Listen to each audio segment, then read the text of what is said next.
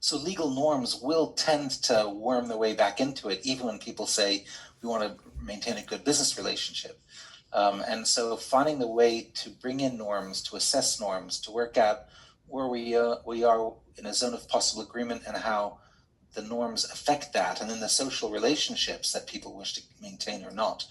All of that, for me, is part of a discussion that needs to happen cognitively and which can change Yeah. also as So, things evolve. would it be fair to say, Jeremy, do you see yourself making making transparent again to participants the process choices that they're making in what they Yes, say? and I've so yes, both for neuroscience, the neuroscience suggests that you can create this in-group script just by people designing and agreeing to their own process.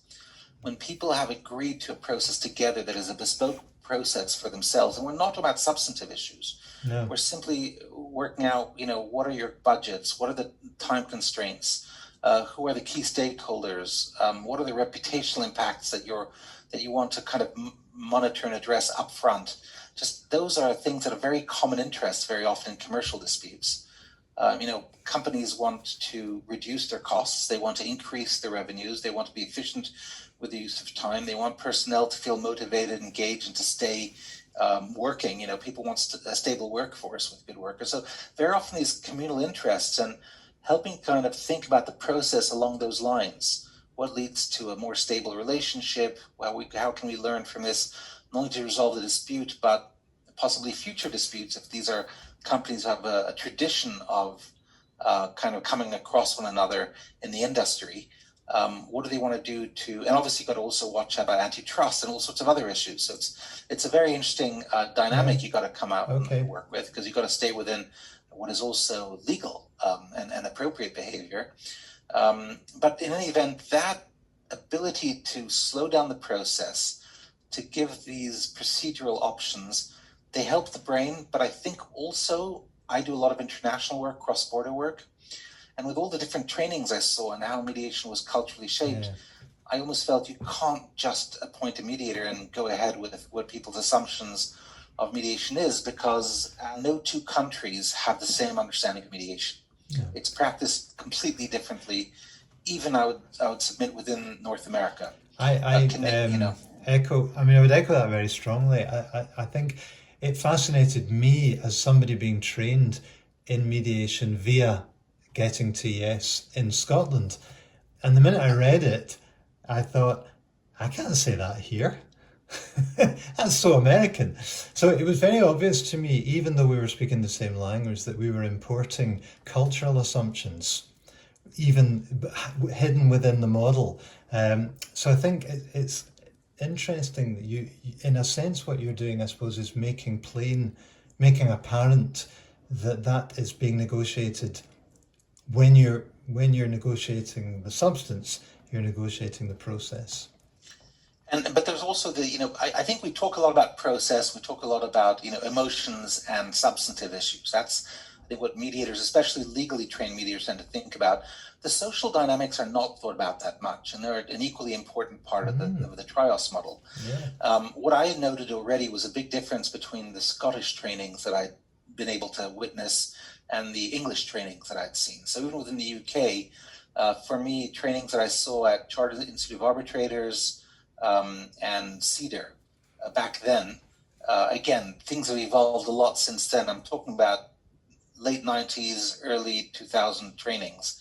There was a bigger, more stark difference, I think, between Scotland, what I was seeing from Core Solutions, and CEDAR and CIR, for example. And they were on the social level, for example. Absolutely. And so I would actually, in Switzerland, when I was sending people to trainings, I was very often sending people to Core Solutions because I just felt culturally it will fit better with the Swiss mindset than the English approach, which at the time I think was more caucus-based, even though I think Yeah. Core Solutions was also teaching a caucus-based model. Sure. But it was, I think, much more flexible on how to use caucus more as a technique rather than you should be caucusing within half an hour. And the status of the mediator was a fascinating thing for me as an external observer, because I felt that the status of the mediator was different in Scotland from the mediator in England. I felt that there was more of an emphasis in England on the status of the mediator as a person who is controlling the process, is directing the process, and invisibly is possibly going to make a mediator's proposal at the end of the day, especially if after caucusing and bring people back to joint session, there was this kind of, and I think it was never said so transparently in the training that the mediator should plan on making a mediator's proposal, but it was kind of an accepted thing that the mediator of a certain status and could and should be willing to make a mediator's proposal if things did not settle by 5 o'clock on the day, so to speak, because the idea was even time was culturally mediation as a one-day process. And I felt Scotland was not quite as dogmatic on that. I wonder if that and the status was different. I wonder if that flows from a certain skepticism of authority. Yes, exactly. That we might project on ourselves. Jeremy, I want to finish in a moment. I've got one final question, and this is a personal fascination of mine. And I wonder if your studies in neuroscience, and you've clearly read very widely now and talked to a lot of experts, have led you to any wisdom on the neuroscience of justice. Because that's something I'm wrestling with in my own work, in my mediation, and I'm just intrigued. So let's start off. I will give you an answer to that with a very personal, subjective perspective, but please, one thing I want to be very, very, very clear about. I'm not an expert in the field. So whatever I happen to think should be taken with several truckloads of salt, and certainly not with a person who's coming at it as an expert. But I'm trying to work with a lot of experts, and the more I see things that are congruent, and this is things that we've studied from social science and neuroscience, and they come together and there seems to be coherence in this as a theory, that's the basis for moving forward. It doesn't at least contradict anything, but it doesn't mean it's right. So to answer your question about justice in general, we have a problem with our justice systems because they are based, especially in the Anglo-Saxon common law system, because if we look at our justice system, we are based on a system of parties, claim and defend, and our vocabulary is such. We even have lawyers who specialize in advocacy if we look at the barrister-solicitor divide. Sure. Our judges are all highly experienced litigators, or for the majority, who know all the tricks of the trade, and have almost been conditioned. If you look at examination in chief and cross-examination, key elements on proving the facts, then we are really asking very narrow questions. We are only asking questions that we know the outcome, the answer to, and if they steer away from it, we have the documents ready to correct them and move them in the right direction. It's a very kind of controlled narrative that we have in our system. And if you look at the trios model, which you've heard me speak about, we're in that triangulated zone where people feel out of group. It's claimant defendant. The sense of status in the room is terrible. Because already you've got the parties at the very bottom of the totem pole. You've got the lawyers halfway up with the experts maybe, a step below them, if we're thinking about old-fashioned hierarchies. And you've got the judges up there on the very top. And wisdom procedurally and in terms of outcome will be posited by them. And, I've looked at these studies with Israeli judges on parole, and I've understood how the brain is operating. Human memory is not reliable. The purpose of memory in humans is not to actually remember the past. That's not the physiological reason why we have memory. The reason why we have evolved with memory is to be able to predict faster. So how we store memories and how we convert memories even in our sleep is quite subjective when you think about these things. Sure. We tend to remember traumatic events much more than other events. So I think our justice system is complicated. And so when people ask me the question, is our justice system bad? I clearly don't think so. I'm still a lawyer. I still believe in the rule of law, and I believe that it's very important to have it. But I would say that in the same way as if you look at a mammal, you need skeleton and you need muscle. So for me, the law remains that skeleton. It gives that rigidity and structure, but you need the soft tissue. You need the interconnectivity. You need all of the things that mediation and other forms of dispute resolution bring to have a more holistic sense of justice. So with that and understanding witness testimony and how doubtful it is, how unreliable it is, and how, having seen experts fight in court, and how do you change the process, even hot tubbing of witnesses in arbitration? How do you create a more in-group script to allow people to reconsider what they've perceived, understand the subjectivity of perception, So and Jeremy, try and come out with outcomes? can I, That's new justice that I think needs to be understood and talked about more. on that note, then, do you have a sense of your mediation clients emerging from a successful mediation with a sense of justice, or that justice has been done? Look, I would love to think that some of my mediations have helped parties not only resolve the dispute, but their approaches to dispute in general.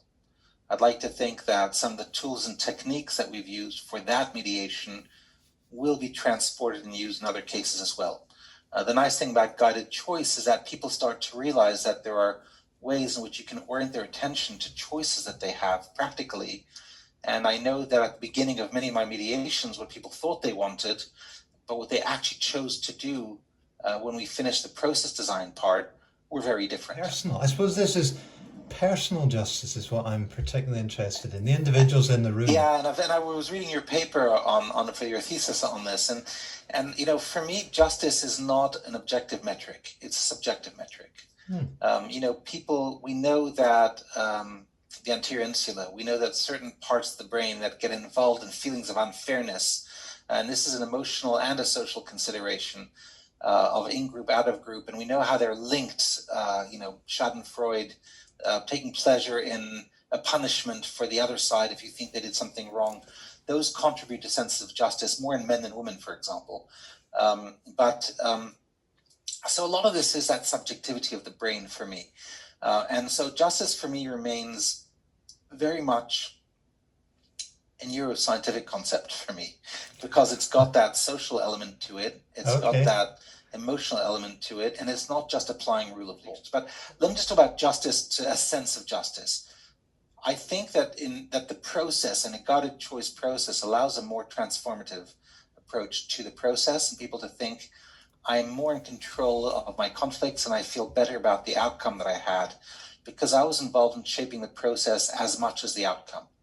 And so I do think there's a greater sense of abated emotion and a better pro-social engagement by the disputants when they've been able to negotiate and do this successfully.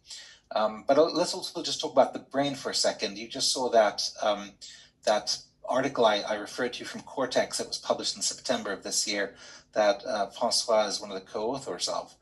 And we see clearly, so that's a study looking at romantic couples comparing negotiation to mediation.